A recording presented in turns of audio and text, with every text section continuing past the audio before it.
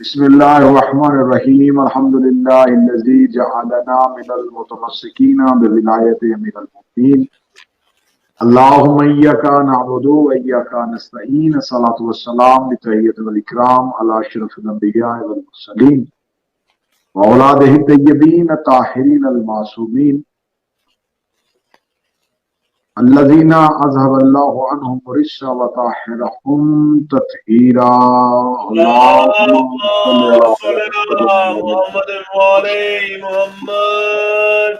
ولعن الله تعالى على أعدائهم أجمعين أما بعد فقد قال حق سبحانه وتعالى في كتابه المجيد وفرقان الحميد بسم الله الرحمن الرحيم كل شيء أحسنه في إمام مبين.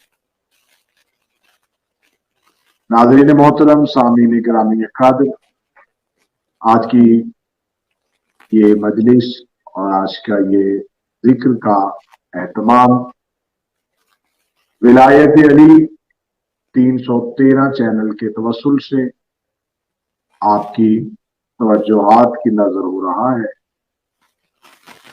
میرا مالک تمام دیکھنے والے ناظرین، سننے والے سامعین کی توفیقات خیر میں اضافہ فرمائے اور آج کے اس ذکر کا مکمل اجر برادر ذی وقار جناب سید انتصار شاہ صاحب، ان کے خانوادہ، ان کے مرحومین، ان کے متعلقین، ان کے دوست احباب، ان کے نامہ اعمال میں درج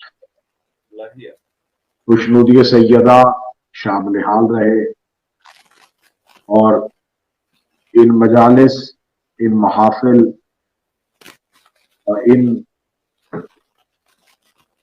ذکر کے پروگرام، ان کا صرف اور صرف ایک ہی مقصد ہے، قرب معصومین اور خوشنودی جناب سیدہ۔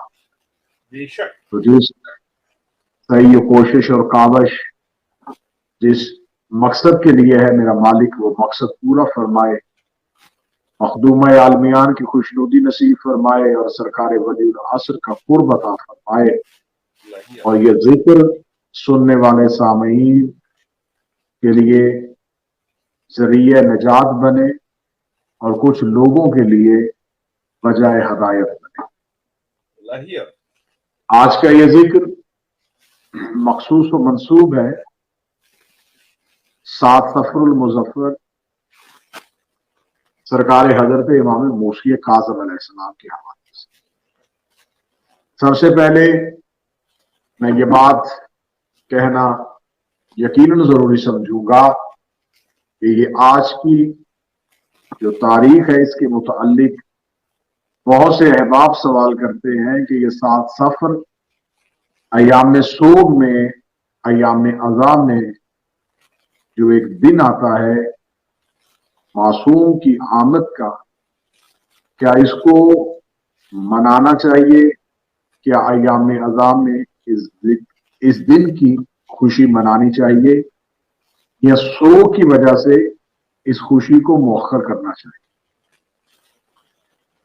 تو صاحبان، یہ جو 7 صفر کی تاریخ ہے، یہ یقینی تاریخ نہیں ہے، اس میں احتمال ہے، اس میں اشکال ہے، اس میں روایت کے بارے میں سند جو ہے وہ معتبر نہیں ہے،